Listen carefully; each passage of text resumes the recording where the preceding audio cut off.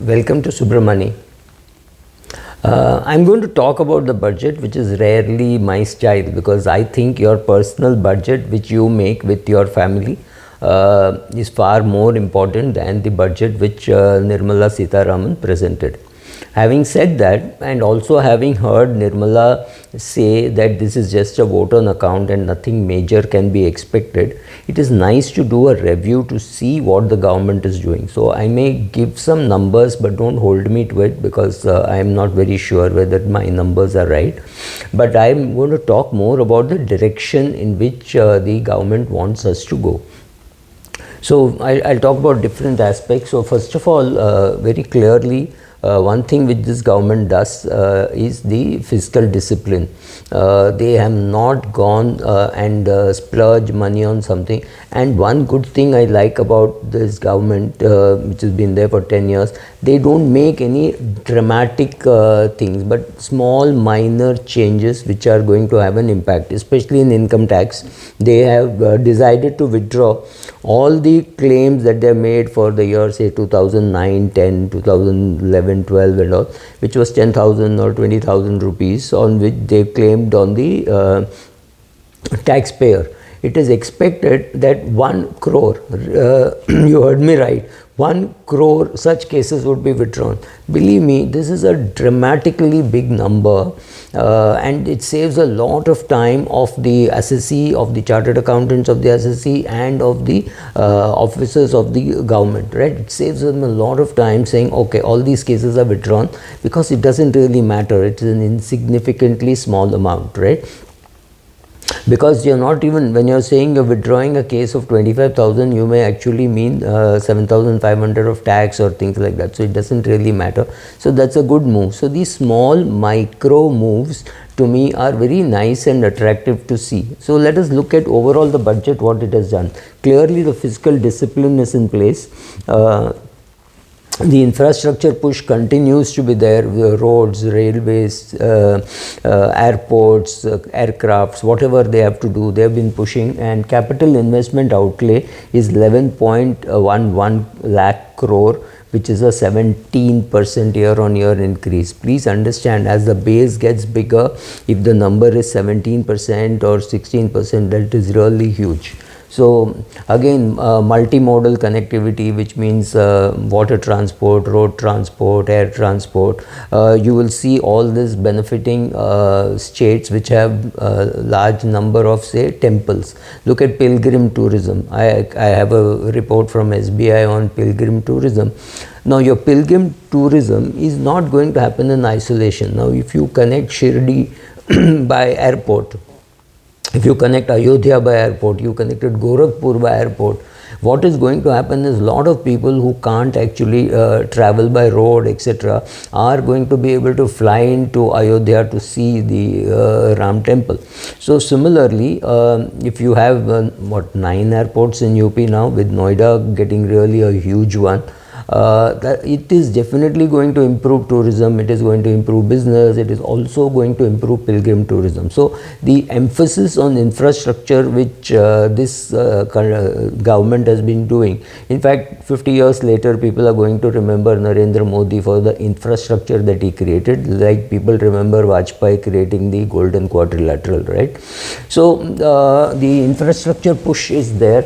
Then manufacturing PLI allocation increased by 33%, which is basically to reduce import dependence and create more jobs. Of course, people will talk about there being growth without creating jobs, but that's bound to happen. If you can't make yourself skilled enough for the industry to employ you, the government can't really do much there. So net zero by 2070, I'm not a big proponent of clean energy, so I'll just skip that. 25 crore people moved out of multidisciplinary poverty focus on youth, which is a Skill India mission, women empowerment, which is and farmers welfare, PM Kisan and things like that, which is PM Kisan Yojana, PM Fiscal Bima Yojana, sorry, Bima Fasal Yojana, right? So again, growth. The advanced estimates of GDP released shows pegs GDP at 7.2 in 23 and 7.3 in 24. Now, before people jump, whenever I talk of 5% growth to anybody who is a sensible investor, they are thrilled about it, right? So it's not something which is to be ignored. 7.3 is fantastic. Anybody who tells you that it was higher during earlier times, etc., has to understand two things. One, as the base gets bigger, the growth rate will get smaller. Look at the US. When US just 3% growth, it is huge, humongous, because the base itself is very big.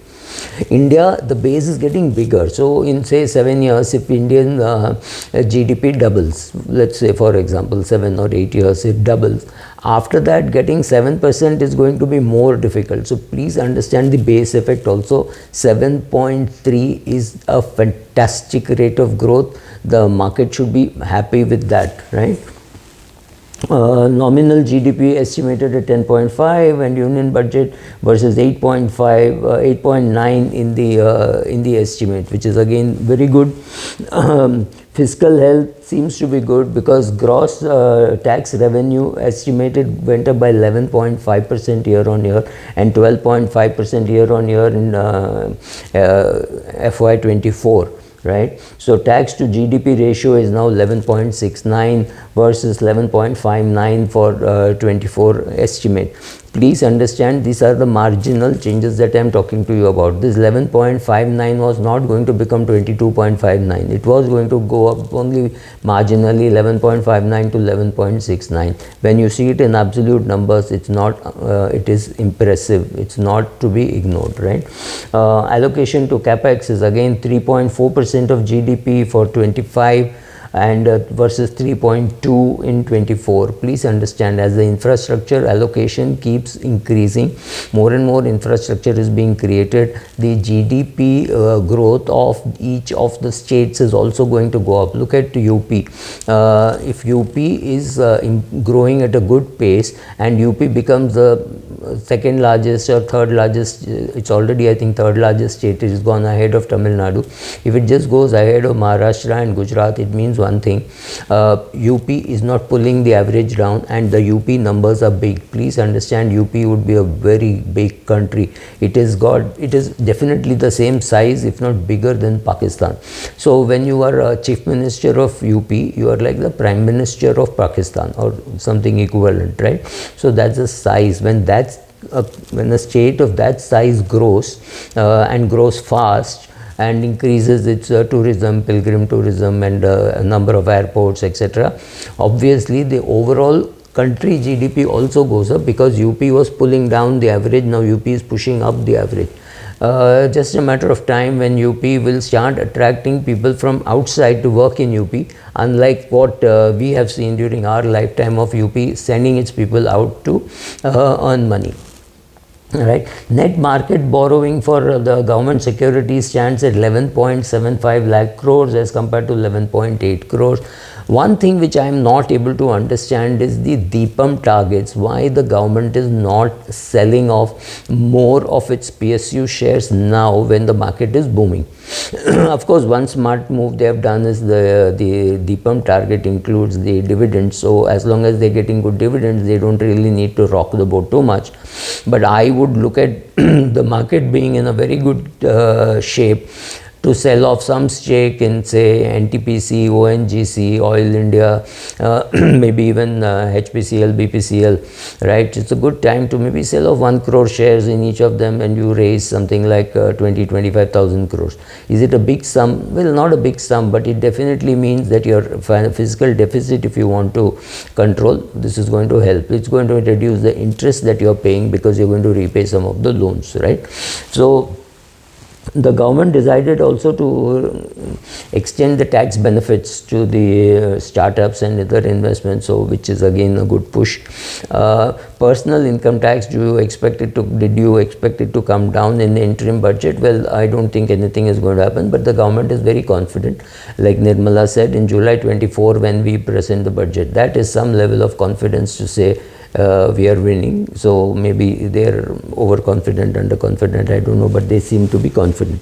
So tax is in place, infrastructure boost is really happening. Financial sector, foreign direct investment was US dollar 596 billion, which is twice the inflow seen in the previous year in 2005 to 14, and I'm talking of 2014 to 23, right? So two things, definitely FII inflows have been high, but also FDI inflows have been good, which I mean, this we're talking only of FDI, and FDI has been seen a good jump. Clear energy initiative. Here what I liked is that rooftop solarization, which is going to help 1 crore people. Now, if you go to places like Ladakh, not just in Leh is the capital. So, if you go into Ladakh, the Nubra Valley, etc., people live there with just 4 hours of electricity, because they get electricity only from 7 p.m. to 11 p.m. Right, that's it. And this is about a few years ago. I think it was pre-COVID that when I was there. Now, what has happened, and I saw this in Himachal also, is the housing units are far and between each other, that is huge distance. So if you can provide a solar rooftop energy to each of those houses, you amazingly save money on laying the wires and electrification. Electrification in Ladakh or in northern part of Himachal Pradesh is really difficult. So if 1 crore families are benefiting, the amazing benefits that the children are going to get in terms of being able to study during the night, and maybe charge their phones, charge their laptops, charge their maybe they have good connectivity, right? So it's going to have tremendous impact. So I'm very impressed with this 1 crore houses, which is a clean energy initiative, but more than that, it is energy initiative. Solar power grid project increased from 8,500 crores to 8,500 crores from 4,970. Don't look at these numbers here, you will get them in the budget document. Allocation of National Green Hydrogen Mission increased from 600 crores to from 297 crores. New scheme of biomanufacturing and biofoundry to be launched. Social sector, of course, the Skill India mission has trained 1.4 crore youth, upskilled and reskilled 54 lakh youth, and established new ITIs, IITs, IIMs, AIMS, etc. So that is already happening. The PM Mudra Yojana has sanctioned 43 crore loans aggregating 22.5 lakh crores for entrepreneurial aspirations of the youth. The female enrollment in higher education in STEM, which is science, technology, engineering and maths, has been witnessed an significant increase. I don't have the numbers there. Agriculture is definitely done well. Direct benefits transfer of 34 lakh crores into PM Jandan accounts have plugged leakages subject to more of the Garib Kalyan. PM Fasal Bima Yojana has benefited 4 crore farmers. If you extend insurance to more and more people, that's definitely going to help. Overall, I'm happy with the budget. Nothing great, nothing significant, but the direction is right, the amounts are right, and the government has not raised much money by way of selling PSU shares, which is very surprising. But I think overall it's a good budget. Thank you.